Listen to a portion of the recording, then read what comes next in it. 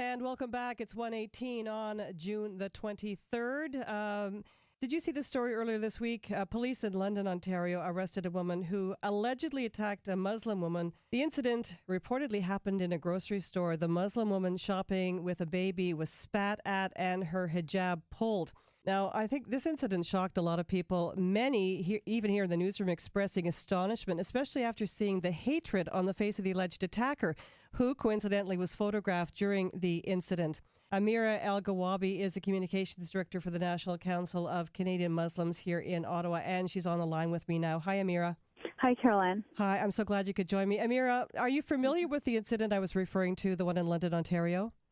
Absolutely. I mean, as you describe, it was quite a horrendous attack on a woman who was simply, shopping with her baby in a store. Reportedly she was, there to pick up some cheese, and some other grocery items. And all of a sudden, this woman started first mumbling to her, and she asked her what was going on, and was there a problem? And the woman spit at her. There was an altercation. The woman actually grabbed her, pinned her to a wall and punched her 3 times in the face. Oh. And the woman has a black eye, several chipped teeth.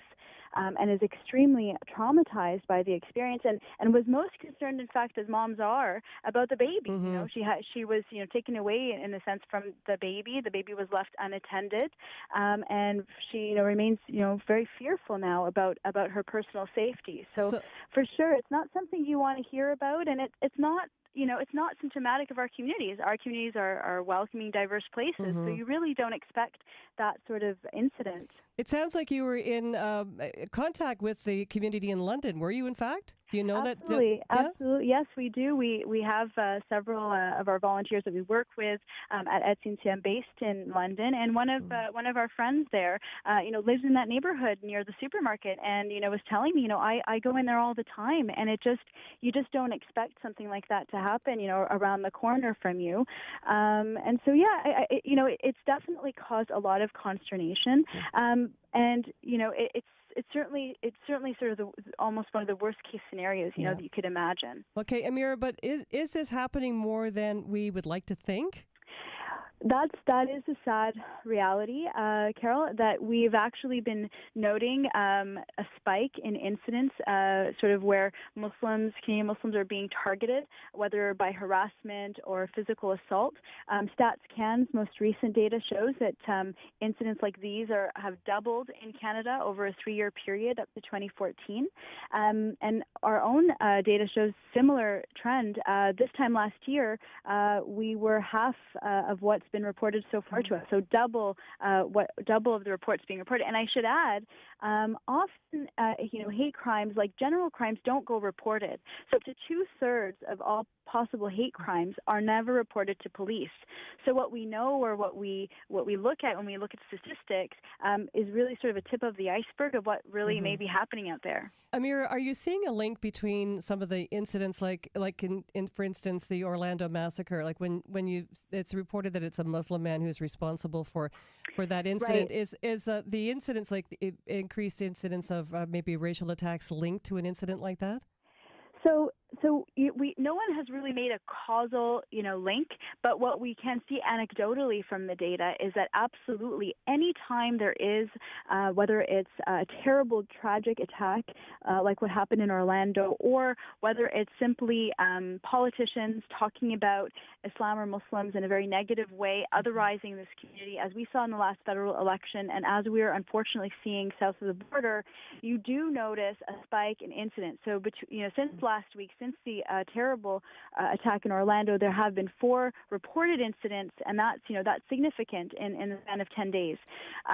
So there are unfortunately those times where people are on particular alert. They are particularly looking out. Police forces will be, here in Ottawa, the police force has been incredible in terms of its outreach and support to various diverse communities, including the Ottawa Muslim community, and really, letting them know that they're here for everyone, to ensure that everyone feels safe and doesn't allow the tiny these are a minority a tiny minority of people who are acting out on, whether it's Islamophobia, their own ignorance. They're acting out on these sentiments. This is a tiny minority, not representative of all of us, right? Yeah. So we know that, but it only takes one person to really cause this kind of sadness and concern. Is it, as a woman, I'm just thinking, like, if I was a Muslim woman and my daughter, we would be more visible in the community. Are the attacks more likely to be on female Muslims on the streets? Yeah, that's an excellent point. It's true. It is primarily visibly Muslim women who are either wearing the headscarf, the hijab, or the face veil, the niqab. Actually, there was sort of a more uplifting story that happened here in Ottawa, you may recall, a couple of weeks ago, where there was a woman wearing the face veil. Haley DeJong was on a bus here in Ottawa, and someone started harassing her, and the bus driver, Monsieur André Charette, stopped the bus and refused to keep going until that individual stopped harassing that woman for wearing the face veil. And so that is a beautiful, actually, example of bystanders or people in authority of sort of standing up and making sure that, if anyone is being, whatever the reason they're being harassed, obviously, we would hope that, community members will step in and try to help or call for help if they don't feel safe. That really is a responsibility in all of us. Can you talk about what the climate is like on the streets of Ottawa? Like when the girls go out, are they counseled in how to act on the street if they are approached? Is it on their radar? Well, I grew up here in Ottawa, right? So I feel so at home in the city, and I'm sure that the woman in London said the same thing. She is a fourth generation Canadian. It's her city, it's her place, and she didn't expect it, and I certainly don't expect it. And I know many of my friends in the communities don't expect such an attack. That being said, for sure, our friends, our family members will tell us, those of us who wear hijab or who are visibly Muslim will say, be careful. After Orlando, my father said, maybe you shouldn't go out for a few days, just, until this quiets down.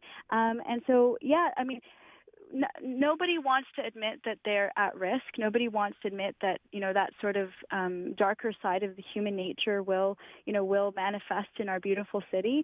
But of course, you kind of do look over your shoulder a couple extra times if you're coming home at night and whatnot, and just taking the regular precautions that I think unfortunately women typically have to make anyway. Yeah, I'm sorry to hear about that, but I'm glad to hear that you really do feel safe in this city and lots being done. We're coming to the end of Ramadan for it. Yes. How are you doing? What a great question. Well, let's just put it this way. I mean, these are the real Hunger Games. So it's getting all the toxins out. That's for sure. You're eating at 3. We have to stop at 3:15 a.m. before the crack of dawn. We go up until around 10 to 9 p.m. at night.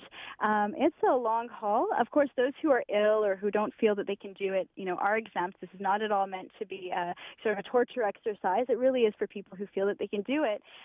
But it's amazing. I think it gives our bodies a chance to kind of rejuvenate. And when, I sit down, my 12-year-old daughter is trying to do it. And when I sit down with her at the end of the day and we eat together, we sort of say, thank goodness, we have food and we can break this fast. And it really does cause many of us to realize that hunger is real.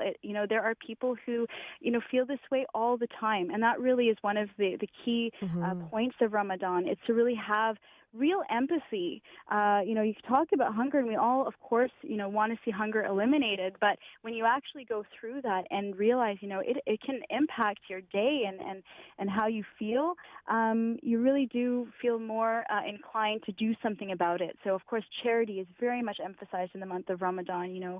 Just the same as around many other holidays. Christmas is a time of generosity. Same with Ramadan. Similar holidays and other faith traditions as well. So it's a real spiritual time. It's a real community time. It's one of the probably one of the only times in the year where all family members, where they're going to be at sunset.